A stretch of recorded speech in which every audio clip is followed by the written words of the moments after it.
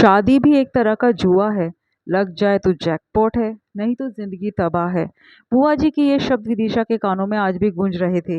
विदेशी जमीन पर आज विदिशा बिल्कुल अकेली खड़ी थी। कोई साथ नहीं था। जिसके साथ इतना दूर तक आई थी उसने तो अकेला छोड़ दिया था। वो सोच रही थी कि आखिर किस मुंह से अपने पापा को फोन करे। कितने अरमानों से पापा ने वंश के साथ उसकी शादी की थी। कितने खुश थे वो कि मेरी बेटी विवाह होकर विदेश रहने जाएगी। और इस बात का कितना घमंड आ चुका था विदिशा के अंदर।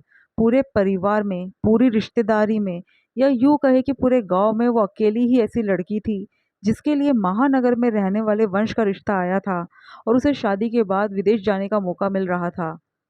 आखिर अपनी सुंदरता पर कितना ज्यादा घमंड हो चुका था उसे। माँ तो बलैया ले लेकर के ही थक नहीं रही थी। हर दिन त्योहार की तरह जाता था।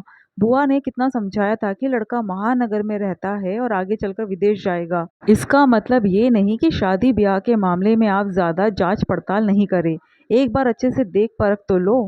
पर उस समय तो सबको बुआ जी विले नजर आ रही थी, जो शायद उससे जल रही थी और ये शादी तुड़वाने में लगी हुई थी। 7 महीने पहले की बात थी। विदिशा गांव के जमींदार की बेटी थी। एक शादी समारोह में विदिशा का शहर जाना हुआ था। वहीं पर वो वंश से पहली बार मिली थी। लेकिन जब घर आई तो कुछ दिनों बाद ही पता चला कि वंश और उसके परिवार की तरफ से उसके लिए रिश्ता आया है। सुनकर उसके पैर तो जमीन पर ही नहीं पड़ रहे थे। जब बुआ जी को पता चला तो उन्होंने समझाया, अरे ये क्या तुमने महानगर महानगर लगा रखा है। बस महानगर का नाम सुना नहीं कि बावले हो गए हो। छोरी की जिंदगी का सवाल है। एक बार जांच पड़ताल तो अच्छे से कर लो। अरे जीजी परेशान ना हो। मेरी विदिशा तो है ही ऐसी, बिल्कुल परियों की तरह। अपना भाग्य खुद लेकर आई है। इसके लिए तो राजकुमार ही आएगा। माँ ने बात टालनी चाहिए। अरे पर इसे अपनी पढ़ाई तो पूरी करने दो। और फिर लड़के के बारे में तुम लोग जानते ही क्या हो।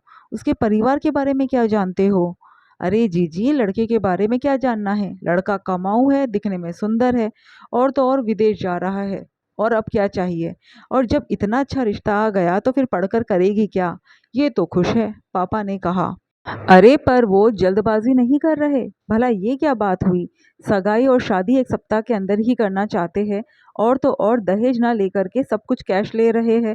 कम से कम ये तो हमारी मर्जी होनी चाहिए ना। बुआ ने समझाना चाहा। अरे वो तो लड़के को विदेश जाकर रहना है इसलिए ही जल्दबाजी कर रहे हैं। और उनकी नीयत खराब होती तो भला विदिशा के पेपर्स क्यों मांगते। इसका भी तो पासपोर्ट तैयार करवा रहे हैं ना, उसको साथ ले जाने के लिए। और वैसे भी उनके घर में क्या कमी है, तो बेवजह दहेज का सामान कहाँ रखेंगे।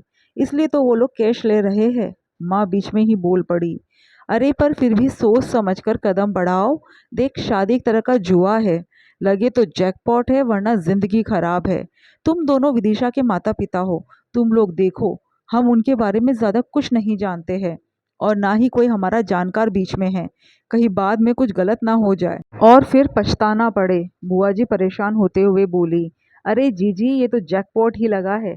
आप चिंता मत करो, आप तो बस ब्याह की तैयारी करो। कहकर पापा ने बुआ जी को चुप करवा दिया। एक सप्ताह बाद वो लोग आए और चट मंगनी पर ब्याह हो गया। और विदिशा अपने ससुराल आ गई।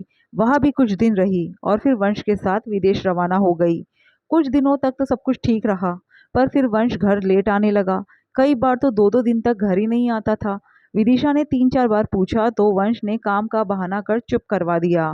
पर अब वो शराब भी पीने लगा था। आज जब वंश का फोन विदिशा के हाथ में लगा तो पता चला कि वो तो किसी विदेशी लड़की के साथ अफेयर में है। ये देखकर तो विदिशा के पैरों तले जमीन ही खिसक गई। जिसका हाथ थामकर वो यहाँ आई वो तो किसी और के साथ प्रेम की बांसुरी बजा रहा था। जब इस बारे में विदिशा ने उससे बात की तो बड़ी बेशर्मी से उसने जवाब दिया, इसमें क्या अजीब बात है, ये सब तो यहाँ नॉर्मल है। अब विदेश आया हूँ तो कम से कम अपने मन की तो करूंगा ही। यहाँ पत्नी के रहते गर्लफ्रेंड होना कोई बड़ी बात नहीं है। सुनकर विदिशा को बड़ा गुस्सा आया और उसने कहा, तुम्हारे लिए कोई बड़ी बात नहीं है लेकिन मेरे लिए बहुत बड़ी बात है।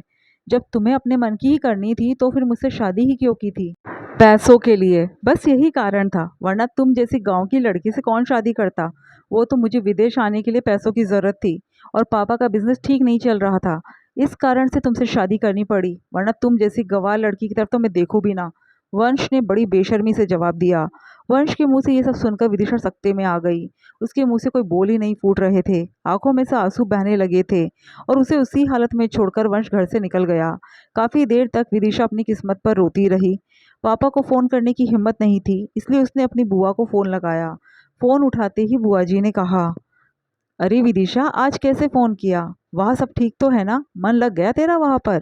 बुआ जी ने एक साथ कई सवाल पूछ डाले। बुआ जी के शब्द कानों में पड़ते ही विदिशा की रुलाई छूट गई। उसे फोन पर रोता देख बुआ जी घबरा गई। क्या बात है विदिशा, मुझे बता तो सही। देख, रोती जाएगी तो पता कैसे चलेगा? जो है साफ साफ बोल, क्या हो गया? रो क्यों रही है? तब रोते रोते विदिशा ने सारी बातें बुआ जी को बताई। सुनकर बुआ जी भी सकते में आ गई, पर फिर विदिशा को हिम्मत बंधाते हुए बोली, तू चिंता मत कर, तू अकेली है वहाँ पर। थोड़ी हिम्मत रख, मैं देखती हूँ कि मैं क्या कर सकती हूँ।